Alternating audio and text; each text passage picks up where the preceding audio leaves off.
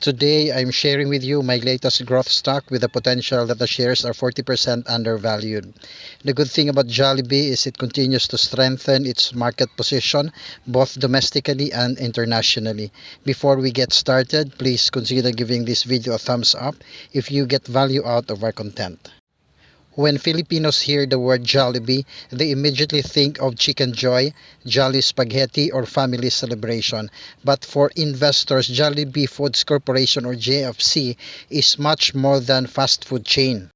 It is one of the largest restaurant companies in Asia, operating over 10,000 stores across more than 30 countries with brands including Jollibee, Chowking, Mang Inasal, Greenwich, Red Ribbon, Coffee Bean and Tea Leaf, Highlands Coffee, Smash Burger, Tim Ho Wan, Milksha, Compose Coffee, and many others. In recent years, the company has transformed itself from a Philippine market leader into a truly global food service company.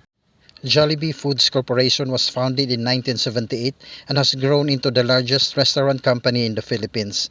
Unlike many restaurant businesses that rely on only one brand, JFC owns a diversified portfolio of restaurant concepts serving different customer segments and price points. Today, roughly half of its businesses already comes from overseas markets, making it less dependent on the Philippine economy than it was a decade ago. Management has also announced plans to eventually separate and list its international business in the United States, highlighting its confidence in the long-term growth of its global operations. Here are the top 3 strategies driving Jollibee's future growth instead of relying solely on the Philippine market. JFC continues opening hundreds of stores annually across North America, Europe, the Middle East, China, Southeast Asia, and other international markets. The company's goal is simple: increase the percentage of earnings coming from faster growing international markets.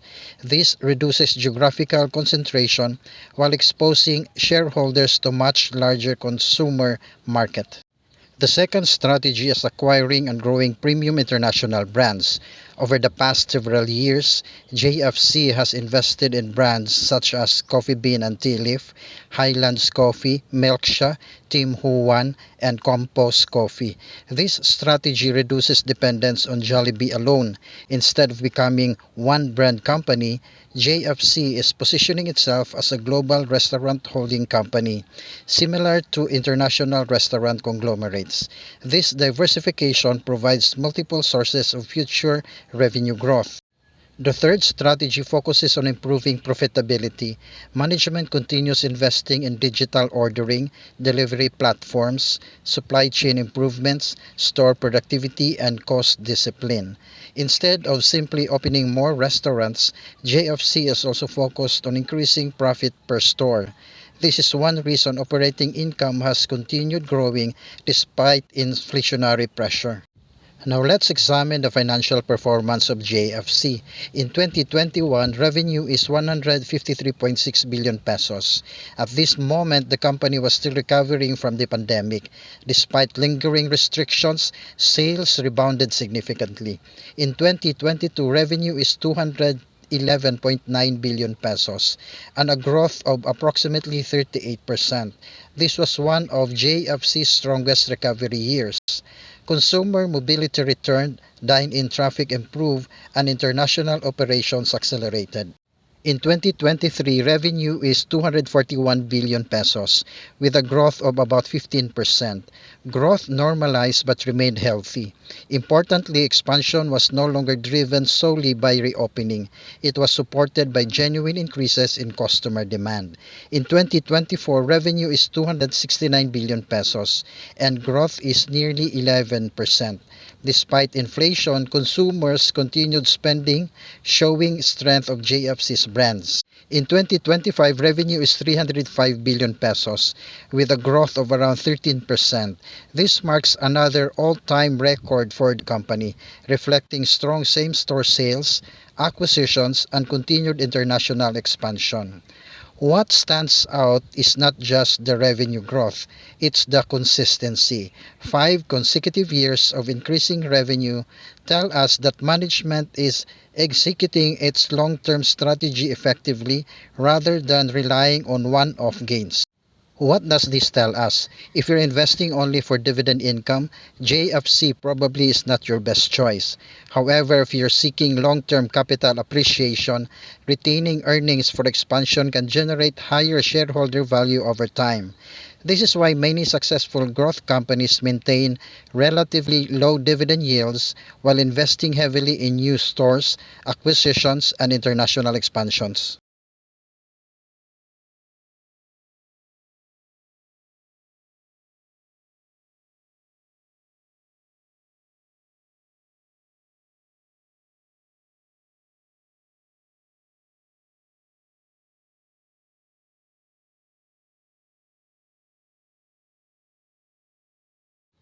Every investment carries risks. For JFC, these are the three I monitored most closely.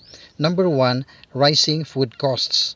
Higher prices for chicken, beef, coffee, dairy products, and cooking oil can pressure profit margins if the company cannot fully pass those costs to consumers. The second risk is integration of acquisitions. JFC has acquired several international brands over the years.